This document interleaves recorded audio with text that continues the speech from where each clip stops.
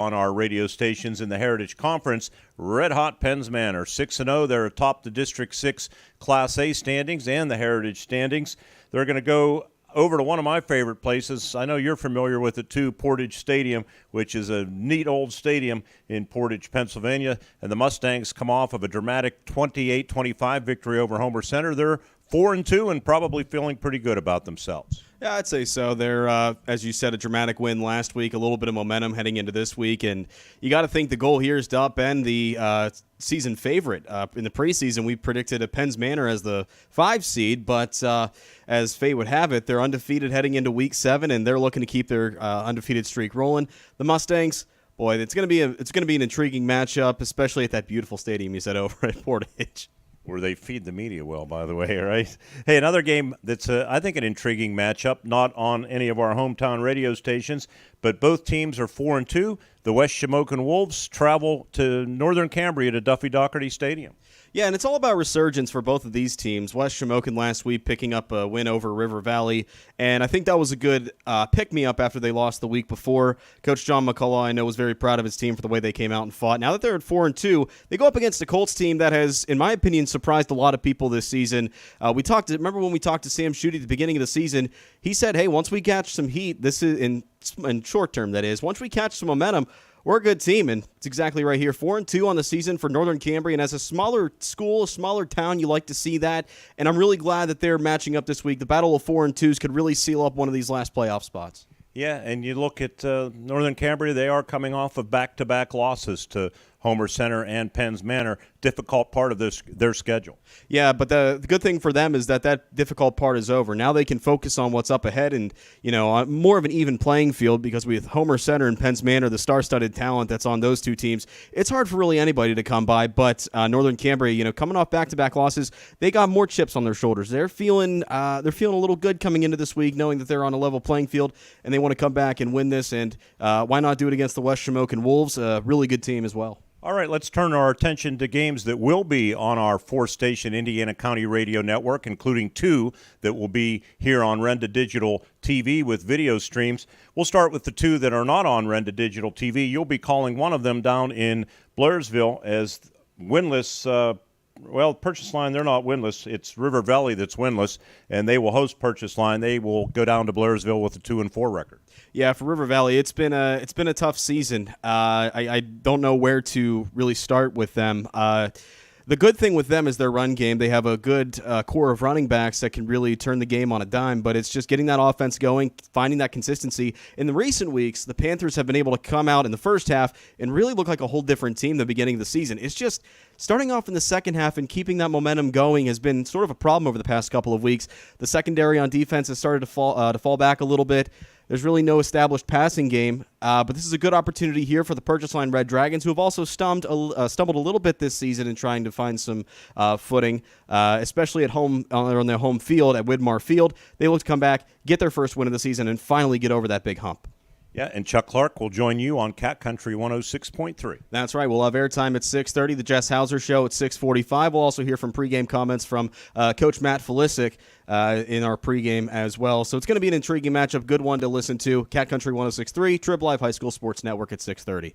And also Trib Live High School Sports Network and on U92.5, our Game of the Week. We try to rotate our Games of the Week, so we're covering all the schools around the Heritage Conference, particularly the Indiana County-based schools. That will be the case this week. United Valley, after a win, they really stubbed their toe against a good Cambria Heights team last week, and they're going to go to Marion Center. So Todd will be up on the hill at Dr. John Molino Stadium. Yeah, hopefully Todd brings his binoculars. But the big thing here is United Valley, as you said, getting that first win a couple of weeks ago. Now they just look to keep putting on the gas. They look to cook with gas instead of cooking with wood. Excuse me. Boy, this is an intriguing matchup. I can't find my wording here.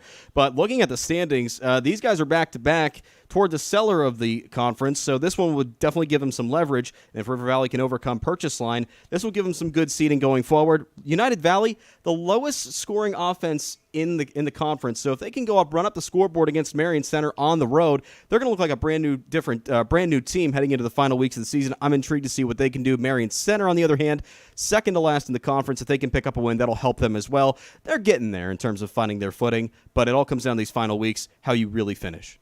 All right, let's turn our attention to two games on the radio that will also be right here on Renda Digital TV. We'll start with Indiana. It's homecoming at 5th Street Stadium. The Little Indians are 3-3. The Armstrong Riverhawks come in with a record of 5-1. Before I have you comment on that matchup, I want to congratulate Garrison Doherty. And he had 4 touchdowns rushing and I'm not sure the exact yardage, but it was over 150 yards, I believe. Congratulations to Garrison. He's going to receive a nice trophy on Friday. Absolutely, and congratulations, Garrison. That's a big accomplishment. Speaking of the matchup, Armstrong's a tough team. They have been for years. As I remember back in 2020 when I took over the mic for Indiana for that year, Armstrong was a very tough team. Indiana made it competitive, to say the least. They kept the score pretty close throughout the majority of the game. So them coming to Andy Kuznetsky Field on homecoming, nonetheless, adds a little bit more of a wave of momentum for Indiana High, especially the Player of the Week honors with Garrison Doherty. There's a lot backing Indiana right now. It's a good night for them to capitalize on one of the top teams in the WPIAL. Let's see what they can do. I believe airtime is 6:30 as well on WDAD 100.3 FM, AM 1450, and Renda Digital TV, presented by the Bowser Minnick Funeral Home. And then finally, the game I will have out at Cambria Heights. It will be the Homer Center Wildcats coming off of a heartbreaking, their second loss in 3 weeks, coming in the final seconds of the game last week to Portage 28-25, as we already talked about. And they're going to be going against a red-hot Cambria Heights Highlanders team. They haven't lost since the opening week when they had that nip-and-tuck battle with the Northern Cambria Colts and came up a little bit short. But they have a great lineup. They have size up front. They're led by Tanner Tribus, running back, who's rushed for 661 yards. Their quarterback, Ty Stockley, is very good. He's rushed for over 500 yards. They don't throw a lot, but when they do, they're effective. They're a well-balanced team, but their size up front, I think, is probably a concern for Homer Center, whose line has surprisingly struggled this year. Yeah, and I remember a couple of weeks ago when Cambria Heights came to Blairsville to take on River Valley, as you said, there was just all facets firing on offense. And like you said, they don't pass too often, but when they do, it's very effective. I'm actually kind of shocked that Stockley doesn't pass too much because he's got a great arm on him, great accuracy, and that offensive line provides him all the time in the pocket in the world. But Cambria Heights, just dating back to the days where I was a Cambria County native, watching them playing Central Cambria, my alma mater, they're a team where, as always, they get a little bit of momentum going for them early in the game. They're going to make you pay throughout the remaining quarters. So for Homer Center, my key for them, they got to not only get on the board early, they got to hold them on defense in that first drive and sort of make Cambria Heights step back and say, oh boy, what do we got to do now? Because they get that first score on the board, they sort of know where to go. They know what path to take when they're stuck at that fork in a road. So really for Homer Center, just jumping on them early. For Cambria Heights, keep going with what you got on offense. Defense, it can be picked apart if the right schematics come into play for the opposing offense. And that's been a problem for Homer Center because it's been a carousel, a merry-go-round of quarterbacks, if you will, due to injuries.